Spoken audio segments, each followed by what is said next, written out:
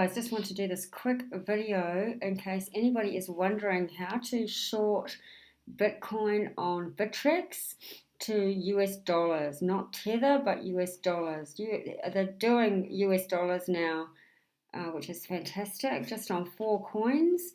So often we see shorting with margin selling, like on Bittrex or something. And if you're not doing margin selling and buying and trading, then this is another way to do it.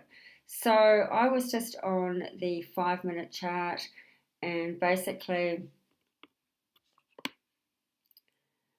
I was waiting for a confirmation when it came out of this triangle pattern, descending triangle, and so I set a sell order on Bittrex for around about here when I decided, based on a number of factors, RSI was going down, histogram, MACD, and so forth. And so that's the 5-minute chart. The 15-minute chart was clearly moving down, so I was basically waiting. And so here on Bittrex, you've got the chart here. I'm in the USD market, and if you just come down, oops, here is where you do the buying and selling. Now, to make things a little bit confusing, Bittrex has their sell in green and their buy in red. And so what I did was I clicked sell, and I wanted to sell 0.01 Bitcoin, just as an example.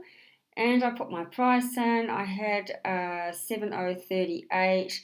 It only got partially filled, and I kind of missed the boat there a little bit somehow. It was a bit slow going through, so I only got a small amount of that filled, and I ended up filling the rest at 7035. So as you can see, this was, if you times 7038 by 0.01, you're going to get about $70. And so what that means is I've sold my Bitcoin and I'm now holding the US dollars. And if you come back up here, these are what's going on by the actual market history, and you can see there that my available balance is now 79. Oh, I can't see that. $79. And so what I have already done is charted out when I want to buy back in.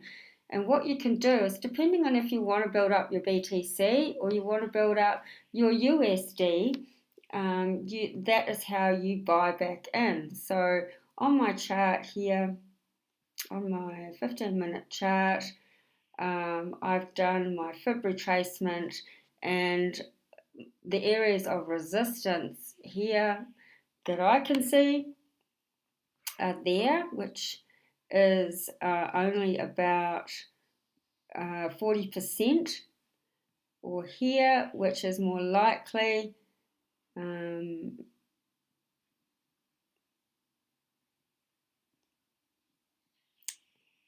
that is 1% there. And often with triangles, if you take that distance here, whoops,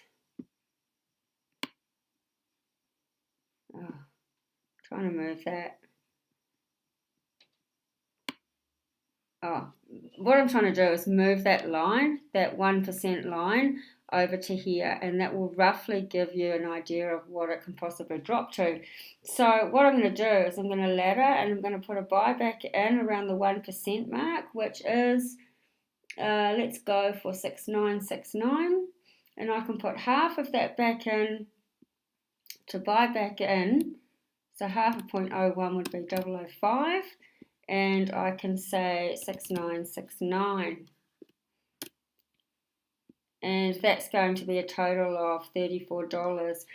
Now that would be if I want to get back my 0.01 Bitcoin and take my profit in US dollars.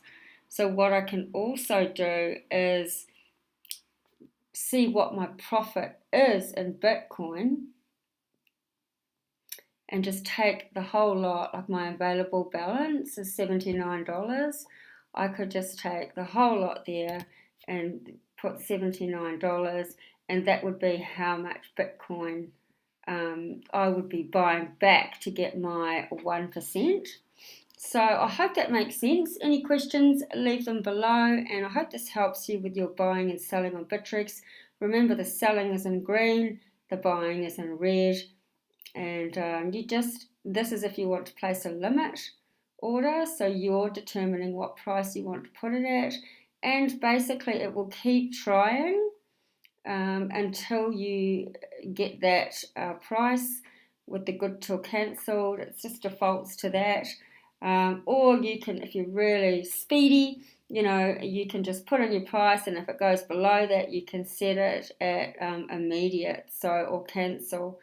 But generally, using the limit and using the good till cancel is fine. And then what you do is you just scroll down and you see if you've still got open orders, whether it's still not reaching your bid price, and that will be why you're seeing nothing's moving for you in terms of your available balance. It's because it hasn't actually closed the order.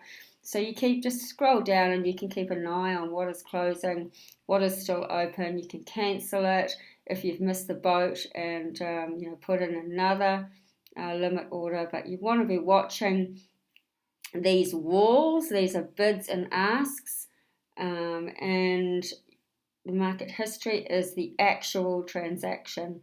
So I hope this helps. Any comments or questions, leave them below. Thanks.